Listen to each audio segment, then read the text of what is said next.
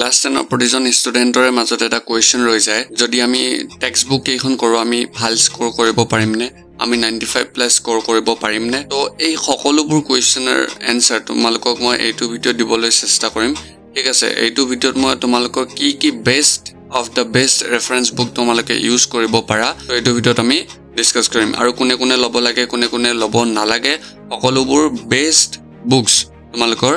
এইটো ভিডিওতে মই ডিসকাস কৰিম তোমালোকে কেতিয়াবা ভাবি চাইছানে এজন টপাৰ ষ্টুডেন্ট আৰু এজন এভাৰেজ ষ্টুডেন্টৰ মাজৰ পাৰ্থক্য কি এজন এভাৰেজ ষ্টুডেন্ট আৰু এজন টপাৰ ষ্টুডেন্টৰ মাজৰ মেইন পাৰ্থক্যটো হ'ল distractions মানে distraction over books multiple resources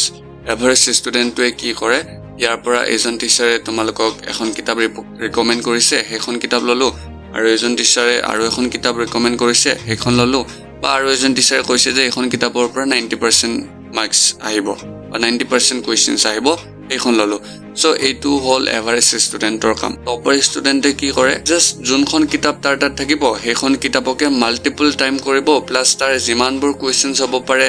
NCERT examples হক তোমালোকৰ উদাহৰণৰ যিমানবোৰ কোৱেশ্চনস আছে এক্সাৰসাইজত যিমানবোৰ কোৱেশ্চন আছে কাৰ্যকলাপে কি বুজাব বিচাৰিছে এই সকলোবোৰ কোৱেশ্চনস এজন টপাৰ ষ্টুডেন্টে প্ৰথমে বিচাৰে কেনেদৰে ভালদৰে কৰিব পাৰি আৰু প্ৰতিটো টপিক কেনেদৰে বুজিব পাৰি কিন্তু এজন এভাৰেজ ষ্টুডেন্টৰ কাম কি মাল্টিপল ৰিসোৰ্সেস গেদাৰ কৰা বহুতৰ পৰা বহুত বস্তু হি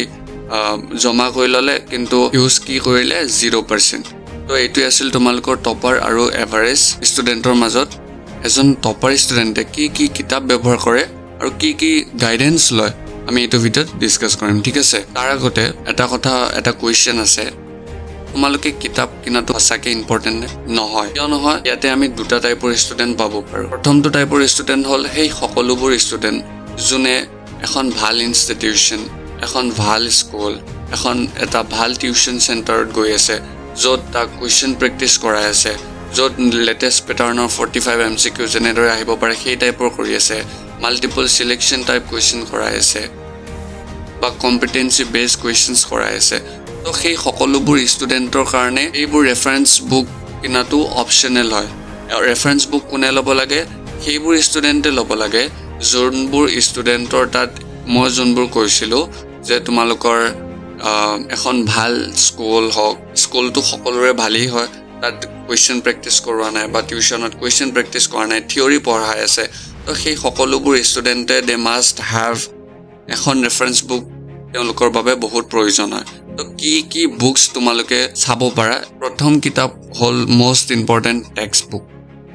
তোমালোকে যদি যোৱা বছৰ কোৱেশ্চন পেপাৰখন চাইছা মেট্ৰিকৰ ষ্টুডেন্টবোৰে মেথছত 80 পৰা 90% কোৱেশ্চন তোমালোকৰ মেথছৰ কিতাপখনৰ পৰা আহিছে 80 পৰা 90% কোৱেশ্চন সায়েন্সৰ কিতাপখনৰ পৰা আহিছে আৰু 80 পৰা 95% কোৱেশ্চন তোমালোকৰ সোশ্যাল সায়েন্স কিতাপখনৰ পৰা আহিছে সো তোমালোকৰ টেক্সট বুকখন বাদ দি কোনো ধৰণৰ ৰেফাৰেন্স বুক প্ৰথমে নিবিচাৰিবা হল তোমালোকৰ মেইন প্ৰথম কামটোই হল এনচিআৰটি কেখন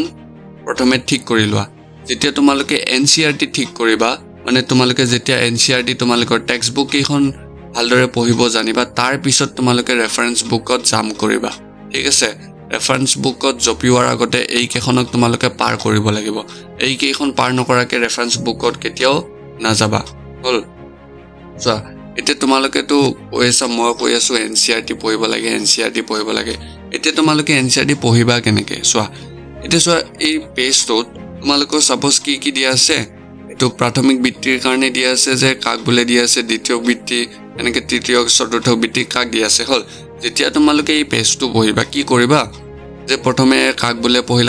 পঢ়িবলে তুমি ভাবিবা এটোৰ পৰা কেনেকুৱা ধৰণৰ কোৱেশ্চন আহে এই কোৱেশ্চনটো ইয়াতে লিখি থৈ দিবা এটো কোৱেশ্চন নম্বৰ 1 বুলে প্ৰাথমিক বৃত্তি কাক বুলে তাৰ পিছত এইখিনতে কোৱেশ্চন নম্বৰ 2 সেকেন্ড টপিকটো সেকেন্ড প্যাৰাগ্ৰাফটোৰ পৰা পঢ়িলা যে দ্বিতীয় বৃত্তি কাক বুলে হল সো থাৰ্ড নম্বৰ পইণ্টৰ পৰা তুমি কি লিখিলা তৃতীয় বৃত্তি কাক বুলে তো যেতিয়া নেক্সট টাইম তুমি এই পেজটো উলিয়াবা তো তেতিয়া তুমি যদি ডাইৰেক্ট অনলি কোৱেশ্চন কেটাই চোৱা তোমাৰ মনত ৰৈ যাব যে কি ক'ব বিচাৰিছে পেজটোৰ পৰা সো এইটো হল তোমালোকৰ এক্টিভ ৰিভিজন হল তোমালোকে লিখাই আছে জাস্ট তোমালোকে ৰিকল কৰি গৈছা যে এই পেজটোত কি আছিল কিন্তু কোৱেশ্চনৰ দ্বাৰা ঠিক আছে এটো হল টপাৰ ষ্টুডেন্টৰ মেইন কাম যোনটো টপাৰ ষ্টুডেণ্টে কৰে ঠিক আছে নেক্সট তোমালোকক মই ৰেফাৰেন্স বুকৰ আইডিয়াটো দি দিব বিচাৰিছো ৰেফাৰেন্স বুক ক'বলৈ গ'লে প্ৰথম কথা তোমালোকৰ অক্টোবৰ নৱেম্বৰ সামথিংত মডেল কুৱেশ্যন পেপাৰ ৰিলিজ হয় হয়নে তো তোমালোকে সেইখিনি বৰ্তমানটো কৰিব নালাগে তো তোমালোকে কুৱেশ্যন বেংক যাৰ তাত একো এনেকুৱা টাইপৰ ষ্টুডেণ্ট থাকিব পাৰে যোনে যাৰ থিয়ৰি কমপ্লিট হৈ আছে জাষ্ট কুৱেশ্যন কৰিব বিচাৰিছে এনেকুৱা টাইপৰ কুৱেশ্যন হ'ব পাৰে তো এনেকুৱা টাইপৰ ষ্টুডেণ্ট হ'ব পাৰে আৰু কিছুমান ষ্টুডেণ্ট এনেকুৱা হ'ব পাৰে যাৰ থিয়ৰিও কমপ্লিট নাই বা কুৱেশ্যনো কমপ্লিট নাই সিহঁতে দুইটা বস্তু বিচাৰিছে তো এনেকুৱা টাইপৰ ষ্টুডেণ্ট হ'ব পাৰে চ' সেইটো কাৰণে মই তোমালোকক ৰিকমেণ্ড কৰিম মেথছ আৰু ছায়েন্সৰ কাৰণে কৈছোঁ যদি তোমালোকে থিয়ৰি চবৰে কমপ্লিট যদি আছে তোমালোকে কুৱেশ্যন প্ৰেক্টিছৰ কাৰণে কুৱেশ্যন বেংক ল'ব পাৰা সাৰথি কুৱেশ্যন বেংক নিউ ৰিলিজ হৈছে এইখন ল'ব পাৰা নহ'লে তোমালোকে RG's যোনখন কুৱেশ্যন বেংক আছে যাৰ যদি পুৰণা আছে তোমালোকে এইখন ইউজ কৰিব পাৰা ঠিক আছে যাৰ থিয়ৰি আৰু কুৱেশ্যনছ দুইটাই কমপ্লিট নাই সিহঁতে GBD কেইখন ইউজ কৰিব পাৰে ইয়াতে কুৱেশ্যনছো পাবা তোমালোকৰ শৰ্ট নোটছ টাইপৰ হেনুকাও পাবা চ' তোমালোকে এইকেইখন ট্ৰাই কৰিব পাৰা ঠিক আছে তো এইখিনি আছিল তোমালোকৰ টপাৰ ষ্টুডেণ্ট আৰু এভাৰেজ ষ্টুডেণ্টে যি কৰে কি নকৰে ঠিক আছে এতিয়া এভাৰেজ ষ্টুডেণ্ট হৈ নৰহবা BA টপাৰ ষ্টুডেণ্টে যি কৰে সেইটো কৰিবলৈ ট্ৰাই কৰা ঠিক আছে মাল্টিপল ৰিচোৰ্চ তোমালোকে ইউজ নকৰিবা এখনেই কিতাপ ইউজ কৰা তাকে মাল্টিপল টাইপ কেনেদৰে কৰিব পাৰি তোমালোকে ট্ৰাই কৰা যিমান এটা বস্তুকে তুমি বাৰে বাৰে কৈ থাকিবা তোমালোকে এনেকুৱা হৈ যাব যে কিতাপখনেই তোমালোকে মনত ৰৈ যাব পিছত মানে কিতাপখনৰ পৰা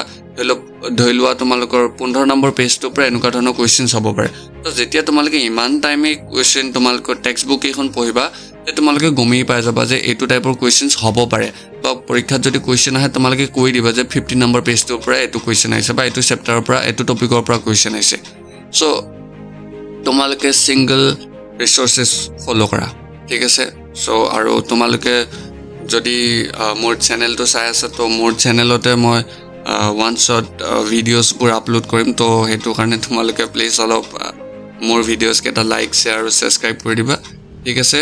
যদি ভিডিঅ'টো ভাল লাগিছে লাইক কৰিবা শ্বেয়াৰ কৰিবা ছাবস্ক্ৰাইব কৰিবা ঠিক আছে আকৌ লগ পাম থেংক ইউ